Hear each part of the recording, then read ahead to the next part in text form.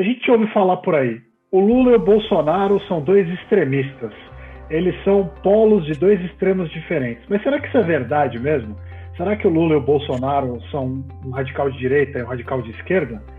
É isso que a gente vai conversar hoje com o nosso convidado, o professor Carlos Mello, que é cientista político e professor do INSPER.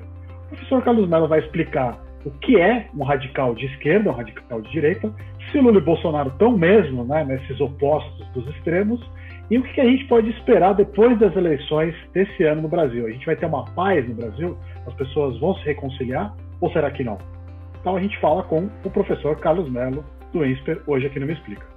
E antes da gente ir para a entrevista, não se esqueça e inscreva-se aqui no Me Explica para você não perder nenhum vídeo. Agora a gente tem entrevistas, a gente tem as nossas explicações de sempre, então fique aqui, aperte o botão de inscrição e não perca nada.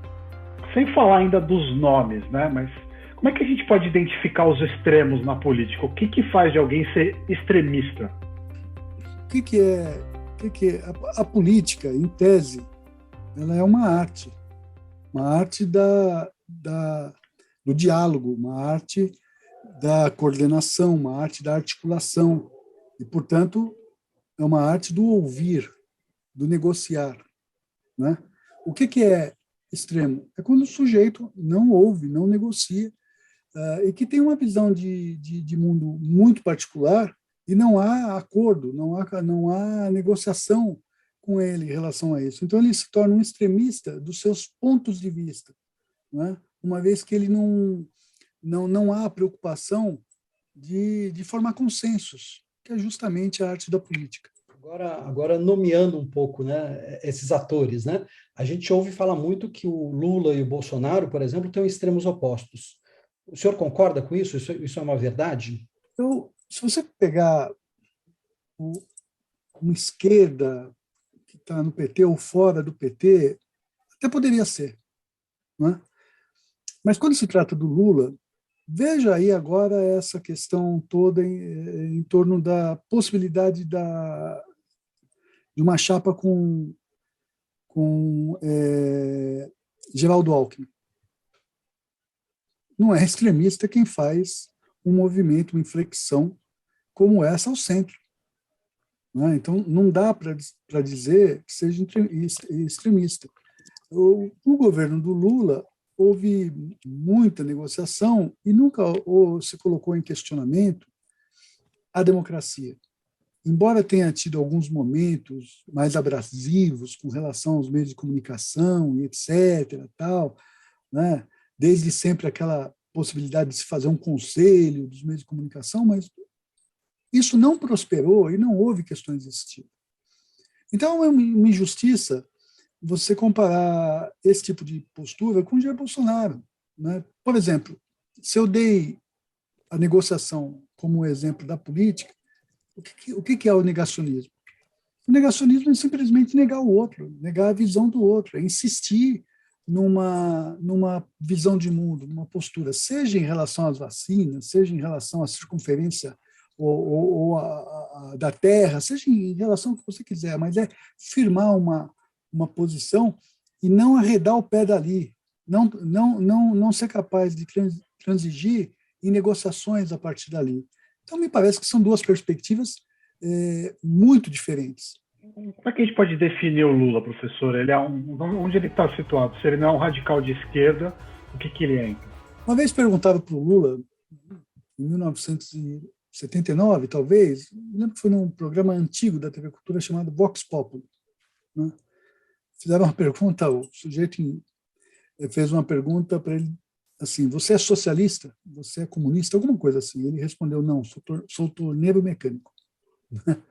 E foi muito engraçado ali. Mas veja, o Lula é, antes de tudo, um pragmático. Ele é um pragmático. Eu não vejo o Lula se abraçando com modelos pré-determinados, pré-definidos.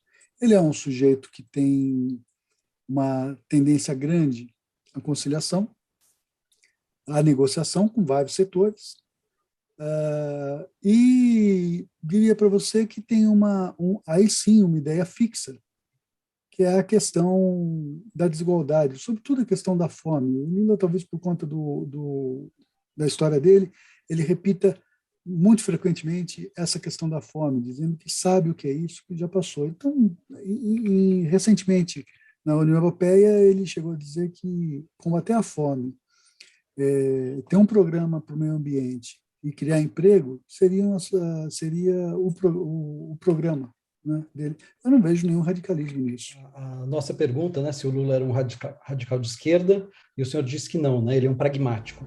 E o Bolsonaro, ele é um radical de direita? Ele é, porque não é de hoje.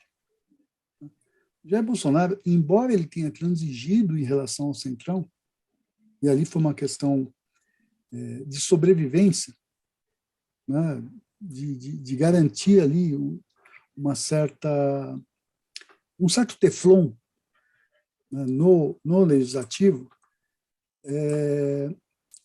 veja os discursos. Ainda hoje, ele tem no governo dele, com a sua aprovação e estímulo, gente falando da hidroxicloroquina, falando contra a vacina, né? A questão da democracia, naquele 7 de setembro de 2021, a coisa só não degringolou, não ficou pior, por fragilidade do Bolsonaro, e não pela vontade. Vamos lembrar o discurso que ele fez no Palanque, na Avenida Paulista, naquele dia, né? Então, eu não vejo o Jair Bolsonaro fazendo esses movimentos de concessão. Pelo contrário, eu vejo ele radicalizando até para manter a sua base radicalizada, até para que ela não fique exposta, ela não fique à mercê de algum concorrente que possa lhe tomar o eleitorado. Então, ele radicaliza bastante no discurso, até para manter, enfim, a sua base social, que é radical. Veja, olha que interessante. Enquanto o Jair Bolsonaro faz um discurso para a base radical, Lula tem, seguidas vezes, contrariado a base, né? Basta olhar para o encontro que ele fez, a coletiva que ele fez com o pessoal, os blogueiros de esquerda, né? Em meados de janeiro.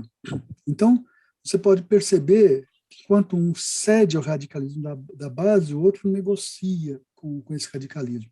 Claro que tem ambiguidades, claro que de vez em quando ele desata a dizer também alguma coisa que a base quer ouvir. Mas isso faz parte de um processo de negociação permanente, e a ambiguidade é da arte da política.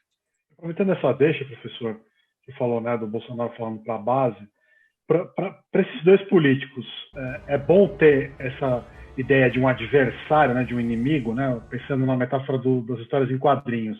Você precisa de um inimigo se você quiser aparecer para os eleitores como se você fosse um super-herói? Na política, é sempre bom quando você pode escolher o inimigo, né? Quando você não pode escolher, quando ele se impõe a você, né, é muito ruim, né?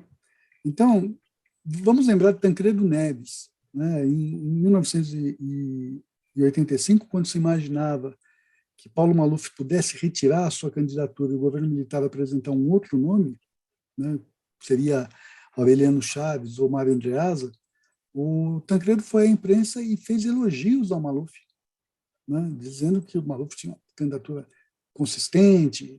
Mas por quê? Porque ele queria enfrentar o Maluf no colégio eleitoral, que seria mais fácil para ele.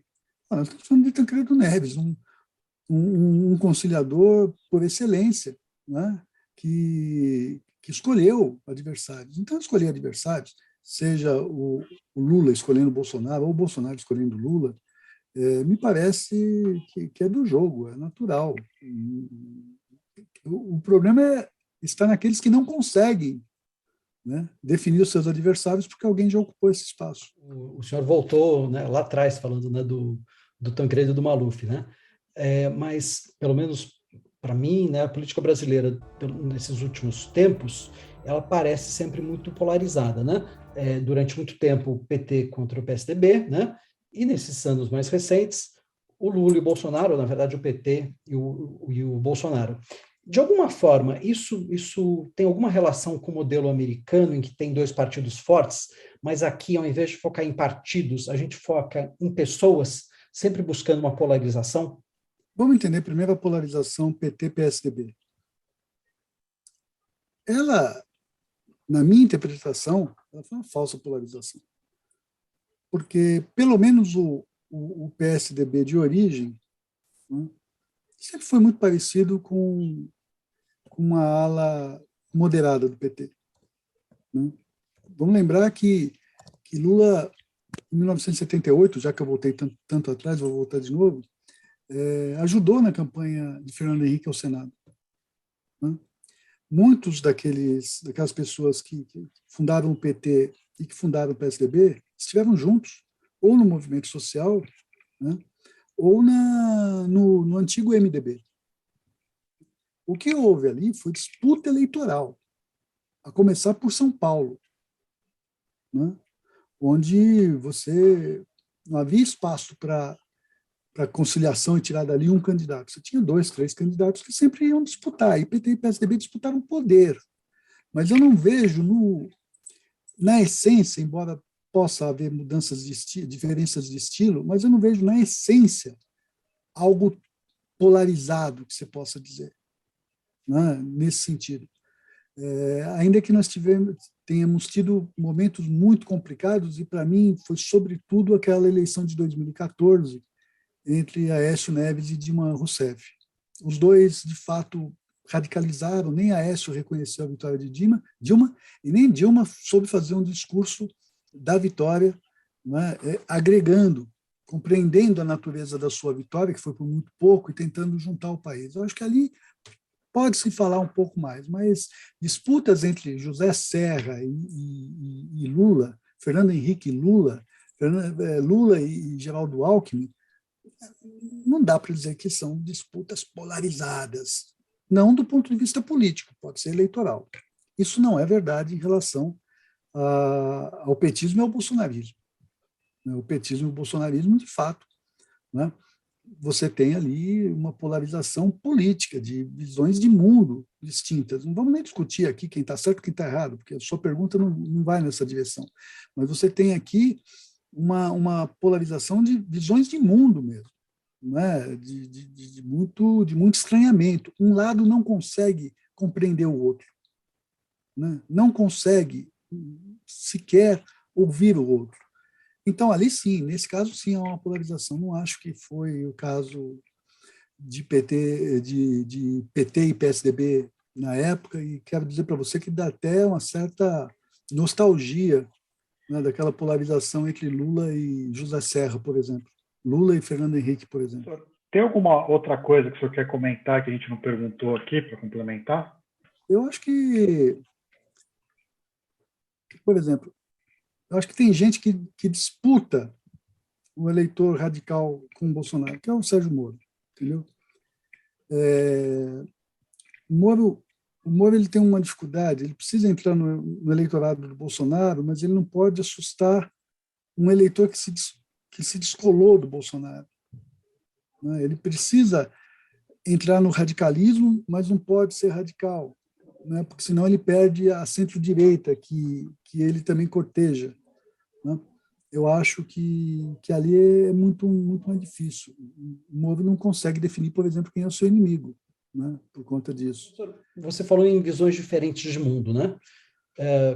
Projetando como vai ser o Brasil no final do ano, pós-eleição, o senhor vê alguma possibilidade dessas visões diferentes de mundo se aproximarem em alguma situação, ou a gente ainda vai viver alguns anos muito divididos?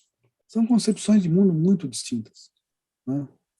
E numa democracia, quem perde não desaparece, continuará existindo, né? E claro que a gente não tem bola de cristal para saber quem é que vai ganhar e quem vai perder.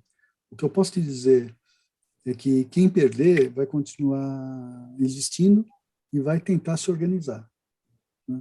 Portanto, eu não vejo uma possibilidade de conciliação, eu não vejo sequer sinais como houve no Chile recentemente, né, onde também foi uma eleição polarizada, mas que o candidato derrotado fez um gesto, né, em direção ao vencedor, inclusive se colocando à disposição para conversar e para ajudar. Eu não vejo, infelizmente, essa hipótese no Brasil no final desse ano. Gostou do vídeo? Gostou da entrevista? Compartilhe, deixe o seu like. Ficou com alguma dúvida, quer sugerir um entrevistado? Faz um comentário aí embaixo. E claro, não esquece de se inscrever para não perder nenhuma novidade do Me Explica. A gente se vê em algum vídeo por aí.